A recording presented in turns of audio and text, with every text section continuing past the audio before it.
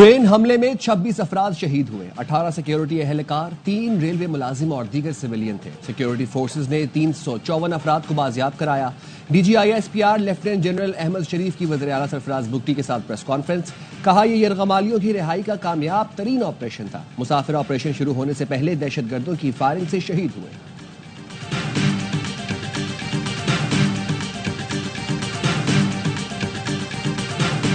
دہشت گرد شیطانی قوتیں ہیں، پاکستان توڑنا چاہتے ہیں۔ دہشت گردوں کو بلوچ نہ کہا جائے، یہ حقوق کی جنگ نہیں، دہشت گردی ہے۔ ان سب دہشت گرد گروپوں کی نانی ڈرا ہے۔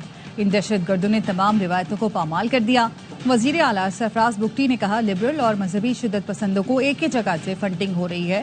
را نے افغانستان کے راستے پاکستان کے خلاف جنگ مسلط کی۔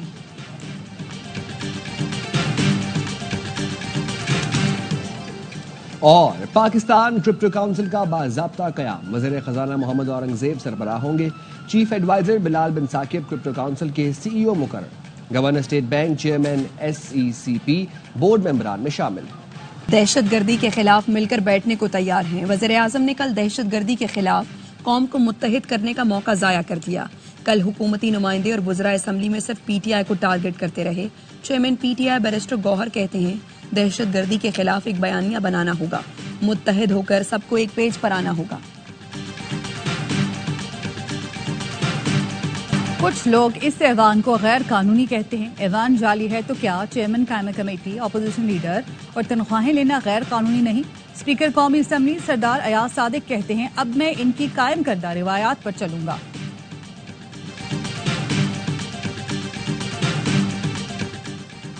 پولیس کو ڈاکوؤں کے خلاف آپریشن مزید تیز کرنا ہوگا۔ اغوا برائے تاوان اور دیگر گھناؤنے جرائم پر زیرو ٹالرنس ہے۔ بلاول بھٹو زرداری کی امن و امان سے متعلق اجلاس میں گفتگو، کہا کچے کی سرکاری اراضی وہاں کی خواتین میں تقسیم کرنے کے لیے پالیسی بنائیں۔ انفارمیشن ڈپارٹمنٹ سندھ کی جاب پورٹل کی لانچنگ تقریب سے خطاب میں بلاول بھٹو نے کہا مخالفت نہیں، مثبت سیاست پر یقین رکھتے ہیں۔ پاکستان نے آئی ایم ایف کو ٹیکس ہدف 600 ارب کم کرنے پر راضی کر لیا۔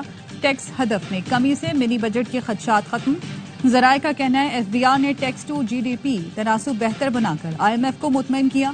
$1 ارب قرض کی قسط کے لیے آئی ایم ایف اور معاشی ٹیم کے درمیان اقتصادی جائزہ مذاکرات کا آخری روز۔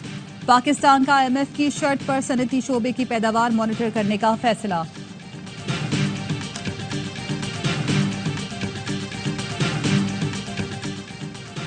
سوشل میڈیا پر منفی پروپیگنڈے کی تحقیقات، بانی پی ٹی آئی کی بہن علیمہ خانم جے آئی ٹی میں پیش نہیں ہوئی۔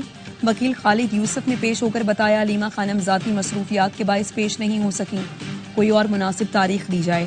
جے آئی ٹی نے علیمہ خان کو 19 مارچ کو 12 بجے طلب کر لیا۔ استغاثہ بانی پی ٹی آئی اور شاہ محمود قریشی کے خلاف کیس ثابت کرنے میں ناکام رہا۔ ریکارڈ ظاہر کرتا ہے ٹرائل غیر ضروری جلد بازی میں چلایا گیا۔ ملزمان کے وکلا کے التوا مانگنے پر سرکاری وکیل تعینات کر دیا گیا اور انہیں تیاری کے لیے محض 1 دن دیا گیا۔ سرکاری وکیل کی جرح ان کی ناتجربہ کاری، وقت کی کمی ظاہر کرتی ہے۔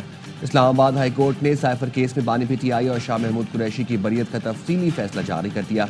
فیصلے میں کہا گیا ہے یہ کیس ٹرائل کورٹ کو ریمانڈ بیک کرنے کی نوعیت کا ہے۔ جرح کو ایک طرف رکھا جائے تو بھی استغاثے کے شواہد کیس ثابت کرنے کے لیے ناکافی ہے۔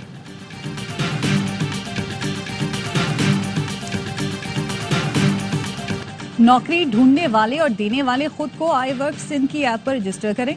گریڈ 1 سے 4 تک کی پوزیشن کا اشتہار ایپ میں ڈالیں گے۔ وزیر اعلیٰ سندھ مراد علی شاہ کہتے ہیں پورٹل کے ذریعے صاف شفاف طریقے سے نوکریاں دی جائیں گی۔ سندھ کے سینئر وزیر شرجیل میمن نے کہا انفارمیشن ڈپارٹمنٹ کا پورٹل نوجوانوں کے لیے گیم چینجر ثابت ہوگا۔ نوجوان ایپ پر رجسٹر ہو کر روزگار حاصل کر سکتے ہیں، کہیں اور اپلائی کرنے کی ضرورت نہیں۔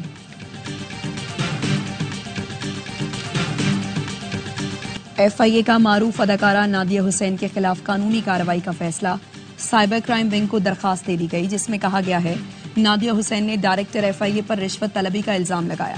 سوشل میڈیا پر پوسٹ سے 1 دن پہلے انہیں حقائق کے بارے میں بتایا گیا تھا۔ انہیں معلوم تھا کہ انہیں جعل ساز نے جعلی افسر بن کر فون کیا۔ حقائق معلوم ہونے کے باوجود نادیہ حسین نے پوسٹ کی۔